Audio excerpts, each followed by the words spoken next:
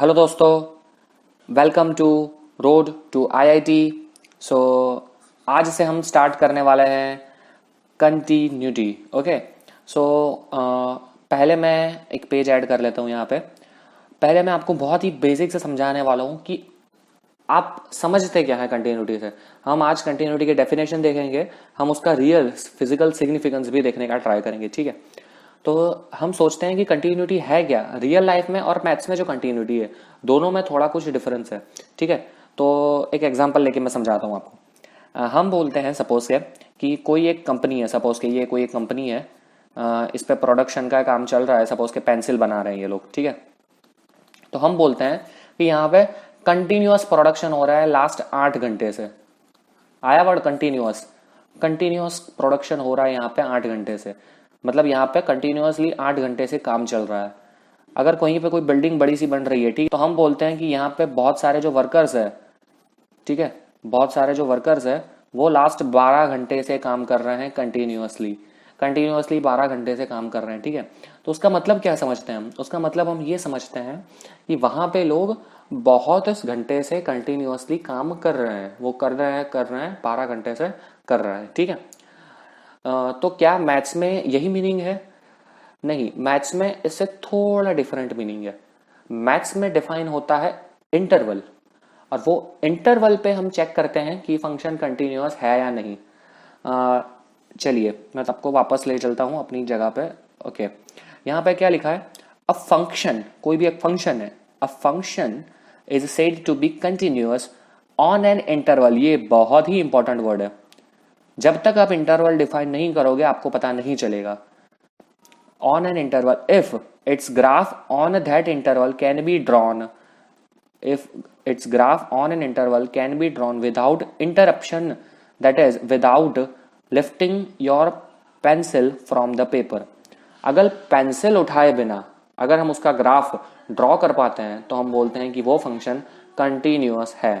ठीक है, तो चलिए पहले हम देखते हैं एक एग्जांपल अच्छा वाला। ठीक है, तो लेट्स से कि हम लोग देखते हैं एग्जांपल हमारा एक लेता हूं मैं function f of x is equals to y. ये वाला हम फंक्शन लेते हैं। ठीक है, तो इसको मैं ड्रॉ करने का ट्राई करता हूं। ठीक है, तो देखिए ये हमारा कोऑर्डिनेट सिस्टम हो गया। हमें पता है कि y is equal to f of x है, तो यहाँ से ऐसे पास होगा। ठीक है, तो ये कंटिन्यूअस ही जा रहा है। देखो नीचे भी यहाँ से ऐसे जाएगा, और मैं ये वैसे तो मैंने उठा के किया, लेकिन मैं अगर मैं नीचे से स्टार्ट करता तो देखो मैं बिना उठाए पेन यहाँ ऐसे कंटिन्यूअसली ड्रॉ करता जाऊंगा ये। ठीक है, तो उसका मतलब ये क्या है कि ये कंटिन्यूअस है। अब कौन से इंटरवल में? तो भैया ये हर इंटरवल, मतलब आर जो है हमारा that is minus infinity to infinity. Minus infinity to infinity में कंटिन्यूअस है। ठीक है, ये 1 to 2 में भी कंटिन्यूअस है, ये -2 to 3 में भी कंटिन्यूअस है। ठीक है, हर इंटरवल में ये फंक्शन कंटिन्यूअस हो रहा है। दैट मीन्स ये आर पर कंटिन्यूअस है। ठीक है, अब एक ऐसा एग्जांपल लेता हूं जो एक रेंज में कंटिन्यूअस होगा लेकिन मे भी दूसरे रेंज में कंटिन्यूअस ना हो। ठीक है, तो पहले मैं एक पेज ऐड करता हूं। ओके, सपोज मैं एक ग्राफ ड्रॉ कर रहा हूं आपके सामने। लेट्स सी, चलिए सपोज के ऐसा है हमारे पास और यहां तक। ठीक है, और नीचे से है ये यहां तक, इस तरह से। ठीक है, तो अब आप मुझे बताओ कि ये फंक्शन कंटिन्यूअस है या नहीं। अगर कोई आपको पूछ रहा है कि भैया अगर किसी ने आपके सामने ये ग्राफ ड्रॉ किया और अगर वो आपको पूछ रहा है कि ये फंक्शन कंटिन्यूअस है या नहीं, तो आपका आंसर होना चाहिए यस और नो नहीं। आपको एक क्वेश्चन पूछना पड़ेगा। ठीक है, वो क्वेश्चन कौन सा होगा कि भैया कौन से इंटरवल में, इन विच इंटरवल। ठीक है, अगर वो बोलेगा कि इन, सपोज कि ये 0 है, इन 0 टू, सपोज कि ये 3 है, इन 0 to 3, तो आप बोलोगे कि नहीं, इट इज नॉट कंटिन्यूअस। ठीक है, लेकिन अगर वो बोले कि भैया बिटवीन -2